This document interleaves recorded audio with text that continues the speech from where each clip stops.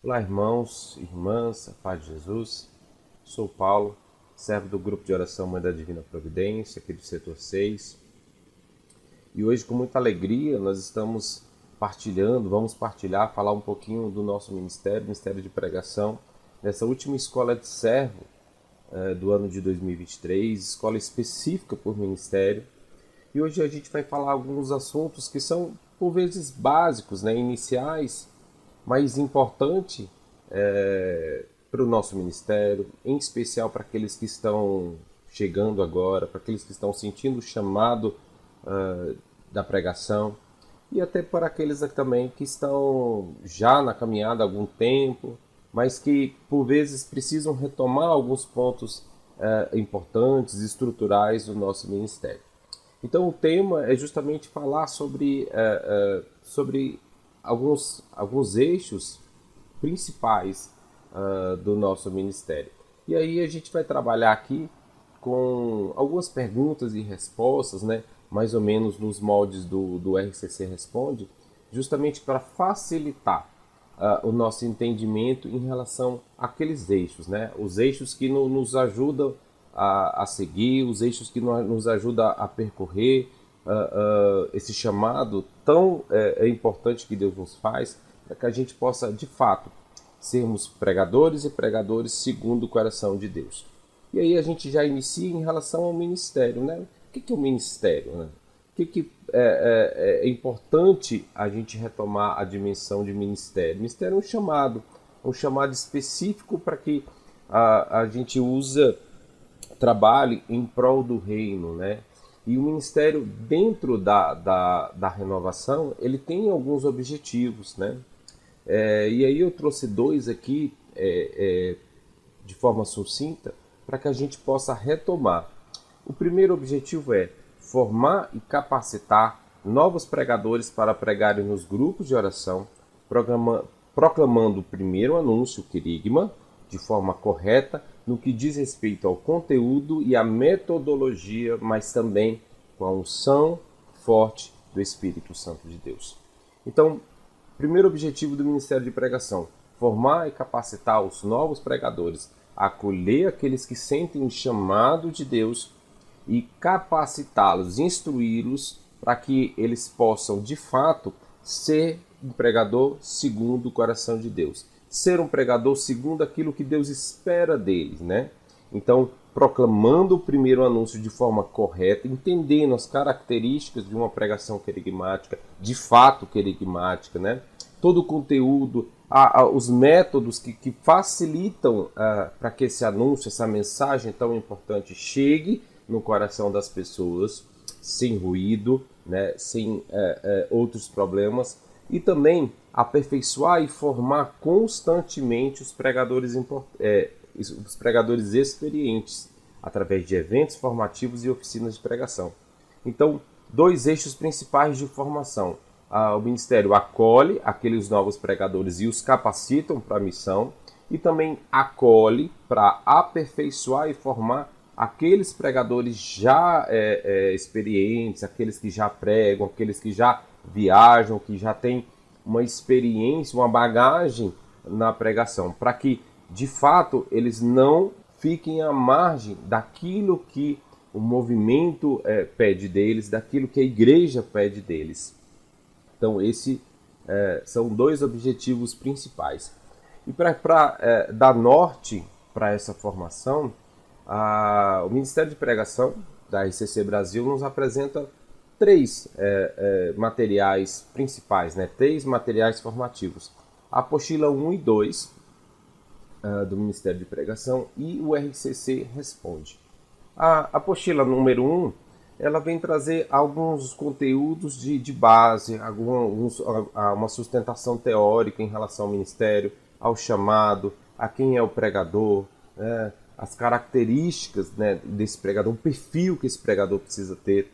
E a apostila número 2, ela já vem trazer uma questão mais prática, né, sobre como colocar em prática esse chamado que nós recebemos. Então é uma apostila mais densa, é uma apostila que requer um nível de atenção, de zelo, de abertura de coração e de entendimento, porque traz outros conteúdos que facilitam, né, que vão dar subsídios para que a gente entenda de fato aquela ideia do autor sagrado, para que a gente consiga colocar em prática, né, para que a gente não tenha uma pregação superficial ou coloque para as pessoas aquilo que a gente entende das passagens bíblicas, mas um aprofundamento, né, um domínio maior daquilo, da ideia central, né, da ideia que o autor sagrado tem a dizer, a mensagem que o autor sagrado tem a dar em relação àquele texto, né, em relação àquele versículo, em relação àquela perícope. E de modo a subsidiar as perguntas mais comuns, né, as mais recorrentes, nós temos o RCC Responde número 9, onde ele vem trazer no modelo de perguntas e respostas sucintas, rápidas, aquelas perguntas mais frequentes, em especial para aquelas pessoas que estão chegando no ministério, aquelas pessoas que estão tentando entender a estrutura, né, as principais perguntas. Então são estes os 3 materiais formativos, né, que dão sustentação às nossas formações. Lógico, de vez em quando tem uma outra propostas de leitura, alguns outros materiais alternativos, né, que subsidiam as formações, mas estes são os que hoje o Ministério de Pregação da RCC Brasil trabalham como principais. E aí, irmãos, é importante a gente retomar que nós somos chamados a levar a palavra. Essa é a principal, é o nosso principal chamado, é levar a mensagem. Nós somos arautos, né? Nós somos aqueles chamados por Deus para levar uma mensagem que não é nossa. Por isso é importante frisar e retomar que o pregador ele não fala o que ele quer. O pregador ele não fala aquilo que ele entende. O pregador não fala aquilo que ele acha. Mas quando um pregador é chamado para uma missão específica, seja no seu grupo de oração ou em outro lugar, ele recebe um tema ou um direcionamento que é discernido em Deus. E este sai da equipe que está organizando o encontro, ou seja, seja o grupo de oração, seja na diocese, seja no encontro maior, o núcleo, a organização, ela vai se colocar diante de Deus, ouvir aquilo que Deus espera para as pessoas e vai passar os temas, as moções, os direcionamentos para o pregador. Então ele não fala aquilo que ele quer, então ele não pode mudar o tema, ele tem que colocar para as pessoas, né, aquilo que ele escutou de Deus, né, na sua preparação, mas sobretudo levar em consideração o tema que recebeu, as moções, as direções, até porque nós entendemos que nós somos guiados pelo mesmo Espírito. E Deus vai guiar as orações e a escuta do pregador para que ele fale de fato aquilo que o Espírito Santo quer dizer, aquilo que precisa ser dito, aquilo que de fato vai alcançar o coração das pessoas. Por isso é importante frisar isso, né? Nós somos chamados a levar a palavra do Senhor. Nós somos chamados a levar a mensagem de Deus. Nós somos chamados a levar a boa notícia que é colhido no coração de Deus. E não aquilo que a gente acha, aquilo que a gente pensa, aquilo que a gente entende ser melhor para aquela comunidade, para aquele encontro. E o que nos torna um bom pregador de fato? O bom pregador é aquele que faz a vontade de Deus. Então, é uma síntese, né, dessa pergunta que ela é tão profunda, né? O que nos faz um bom pregador? O que nos faz um pregador segundo o coração de Deus? Segundo o coração de Deus, o pregador segundo o coração de Deus é aquele que de fato faz a vontade de Deus, em todas as instâncias, na nossa vida, na nossa história, no nosso cotidiano e, sobretudo, quando nós nos colocamos a servir no nosso ministério. Por isso, é importante frisar isso, que nós não podemos ir aonde a gente quer e nem fazer e nem falar aquilo que a gente quer, mas nós vamos segundo um chamado. Nós vamos segundo um convite, nós vamos segundo um discernimento e toda essa dimensão espiritual é guiada pelo próprio Espírito Santo. Então, o pregador, um bom pregador, é lógico que ele estuda, ele se forma, ele é aberto, ele se deixa moldar por Deus, mas, sobretudo, ele se deixa guiar pela vontade de Deus. Então é importante frisar isso, porque é uma pergunta recorrente dentro do nosso ministério, né? Quais são os critérios, né? Quais são as balizas para que eu me identifique como de fato um bom pregador? E aí é simples, a pergunta é muito simples. Embora profunda, a pergunta é muito simples, a resposta é muito simples. Um bom pregador é aquele que faz a vontade de Deus. E nesse sentido, quando um pregador está em comunhão com o ministério de pregação? E aí eu vou além. Quando a gente fala assim de comunhão, quando a gente fala de um pregador fiel, vai muito além de participação, de fidelidade em encontros, de assiduidade na sua reunião de oração, nos seus compromissos. Tudo isso é importante e precisa ser levado em consideração. Mas a comunhão ela se faz quando eu me coloco quando eu me coloco disponível à ação de Deus, quando eu me coloco disponível ao serviço de Deus. Então, estar em comunhão é estar junto, é estar disponível.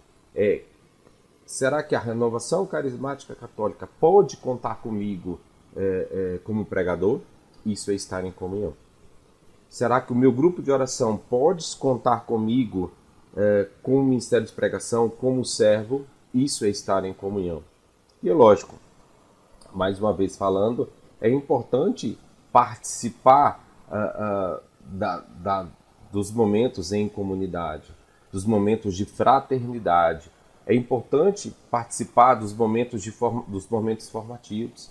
É importante estar junto, viver essa comunidade, né? Nos encontros, nas formações, nos momentos de espiritualidade, nos momentos de comunidade. Mas, sobretudo, estar em comunhão é estar disponível a Deus, é estar disponível ao seu envio, é estar disponível ao exercício do ministério que Ele nos chama. E qual uma pergunta recorrente? Qual é o tempo de uma pregação numa reunião de oração? E aí eu coloco aqui de 15 a 20 minutos. Olha só, geralmente uma reunião de oração, ela dura entre 1 hora, né, 60 minutos, 90 minutos, 1 hora e meia, 1 hora e 40. E aí a gente retoma os objetivos de uma pregação. O objetivo de uma pregação é levar as pessoas a uma experiência. Levar aquelas pessoas, levar os ouvintes por meio do anúncio poderoso do Evangelho a uma experiência. E a característica dessa pregação querigmática, é essa pregação que ela é certeira, que ela vai diretamente ao coração das pessoas, onde o pregador colhe a mensagem de Deus e lança diretamente ao coração das pessoas. Então não é uma pregação que caiba muitos acessórios, né? Que caiba muito floreio. É uma pregação específica, é uma pregação certeira, é uma pregação que não pode devagar muito, justamente para não perder o foco dessa mensagem. Então, a gente orienta o material, o RCC Responde número 9, orienta que seja de 15 a 20 minutos, não mais que isso, até porque é um tempo razoável, um tempo mais que suficiente para passar a mensagem de maneira adequada, de maneira certeira e de maneira com que leve as pessoas a uma experiência com Deus. E como se preparar para uma pregação? E como preparar uma pregação? Olha, e aí aqui eu vou trazer alguns tópicos, né, de maneira muito resumida, né, de uma maneira muito simples, mas que nos dá uma direção como de fato eu consigo preparar uma pregação. Primeiro, conduzir-se pelo Espírito Santo, antes, durante e depois da pregação. Eu preciso ser totalmente conduzido pelo Espírito Santo em toda a dimensão, né? Desde do meu proceder, desde o meu caminhar, desde o meu servir, até no momento do chamado, até no momento do acolhimento desse chamado, no momento do recebimento desse tema. E aí eu preciso estar em comunhão com Deus. Porque se eu vou proclamar aquilo que é de Deus, aquela mensagem que é própria do Espírito Santo, aquilo que é colhido no coração de Deus, eu preciso estar junto dele. Não existe a menor possibilidade de eu entender a ideia do autor sagrado naquele texto, sendo que eu não sou amigo dele, que eu não estou em comunhão com ele. Então, eu preciso também perguntar a Deus o que ele quer que a gente pregue, né? Qual a mensagem, qual a dimensão, criar de fato essa dimensão espiritual para imergir as pessoas. Espera em Deus a resposta, né? Há uma interação com Deus por meio dos dons carismáticos, para que eu entenda na minha limitação, eu entenda qual é o desejo de Deus, eu entenda qual é o propósito de Deus para aquela pregação, eu entenda quais são os caminhos que Deus quer levar naquela pregação. Diante de tudo isso eu anoto, faço os discernimentos, né, até para tirar aquilo que não é de Deus, né, aquilo que é meu, né, aquilo que é humano, aquilo que vem na minha mente, e eu fique somente com aquilo, com aquilo que é de fato fruto de um discernimento, fruto de uma oração, fruto de uma experiência com Deus. E aí eu vou organizar o meu roteiro. Eu vou organizar de forma que eu consiga desenvolver a minha formação e que as pessoas entendam, né, com o início, com o meio, com o fim, né, com uma introdução, com uma motivação bem feita, né, com a leitura bem posta. Então, percebam que há um movimento de ser, ou seja, de estar sendo conduzido pelo Espírito Santo.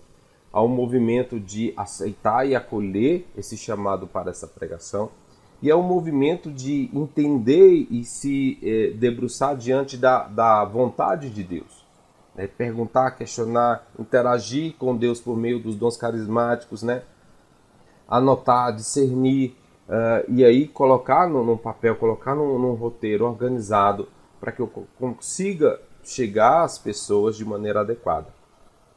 Então tudo é um movimento espiritual e prático para que essa mensagem chegue sem ruídos, com qualidade, né, de forma íntegra. Não, a mensagem precisa chegar de forma íntegra, sem acréscimos desnecessários, para que Deus de fato faça a obra no coração e na vida dessas pessoas que vão ouvir.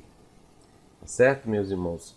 Então aqui eu trouxe uma síntese, né, daquilo que o ministério, alguns eixos, né, do ministério, lógico de forma resumida, lógico de forma muito superficial, só para que a gente tenha um entendimento nesse propósito, né, nesse fim de ano de 2023, a gente tem um entendimento em relação ao que Deus me chama, o que é o ministério, né, quais os objetivos do ministério de pregação e, sobretudo, como eu posso ser um pregador segundo o coração de Deus.